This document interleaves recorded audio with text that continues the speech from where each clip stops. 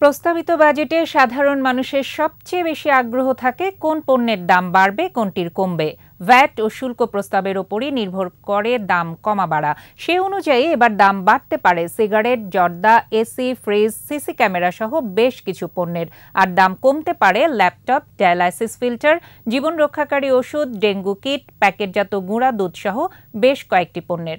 বিস্তারিত শাকের রাজ্য রিপোর্টে।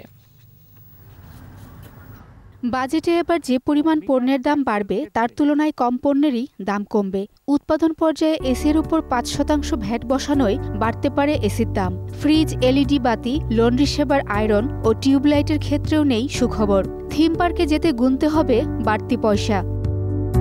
ফলের জুস যাদের পছন্দ তাদের পকেট থেকেও বেরিয়ে যাবে অতিরিক্ত টাকা। তেঁতুল থেকে শুরু করে সব ধরনের ফলের জুসের ওপর ভ্যাট বসানোর প্রস্তাব করেছেন অর্থমন্ত্রী। বেশি দামে কিনতে হতে পারে খোসা ছাড়া কাজু বাদাম। বিশুদ্ধ পানির জন্য ব্যবহার করা ওয়াটার পিউরিফায়ারে বসতে পারে 10% শুল্ক।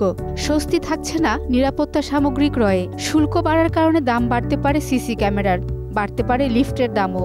এছাড়াও নির্মাণ সামগ্রীর দামও বাড়বে। শুল্ক বাড়বে তামাকজাত পণ্যে। সিগারেট, জর্দা, গুল সহ তামাকজাত পণ্য নিরুৎসাহিত করতে সম্পূরক শুল্ক বাড়ছে। যারা ফোনে অতিরিক্ত কথা বলেন তাদের জন্যও নেই কোনো সুখবর। মোবাইলে কথা বলার পাশাপাশি ফেসবুক, মেসেঞ্জার, হোয়াটসঅ্যাপেও যারা কথা বলেন তাদের খরচটাও বাড়বে। সংসদ সদস্যরা এখন থেকে আর শুল্কমুক্ত গাড়ি আমদানি সুবিধা পাবেন না। তেমনিভাবে বিলাসবহুল গাড়ির দামও বাড়বে। সেই সাথে বাড়বে গাড়ির কনভার্সন খরচ। হাত পায়ের প্রসাধন সামগ্রী, লিপস্টিক সহ আমদানি করা প্রসাধন সামগ্রীর দাম বাড়বে। প্রস্তাবিত বাজেটে দাম কমতে পারে বেশ কিছু পণ্যের। আমদানি শুল্ক কমায় ল্যাপটপ ও বাসাবাড়িতে ব্যবহৃত সুইচ সকেটের দাম কমতে পারে। তবে কিছুটা স্বস্তি ফিরেছে স্বাস্থ্য সুরক্ষার স্পাইনাল সিরিঞ্জ, ডেঙ্গু কিট এবং ডায়ালাইসিসের প্রধান 2 উপকরণ ফিল্টার ও সার্কিটের দামে। 2.5 কেজি পর্যন্ত প্যাকেটজাত গুঁড়ো দুধের দাম কমবে। যারা চকলেট পছন্দ করেন তারাও খুশি হতে পারে।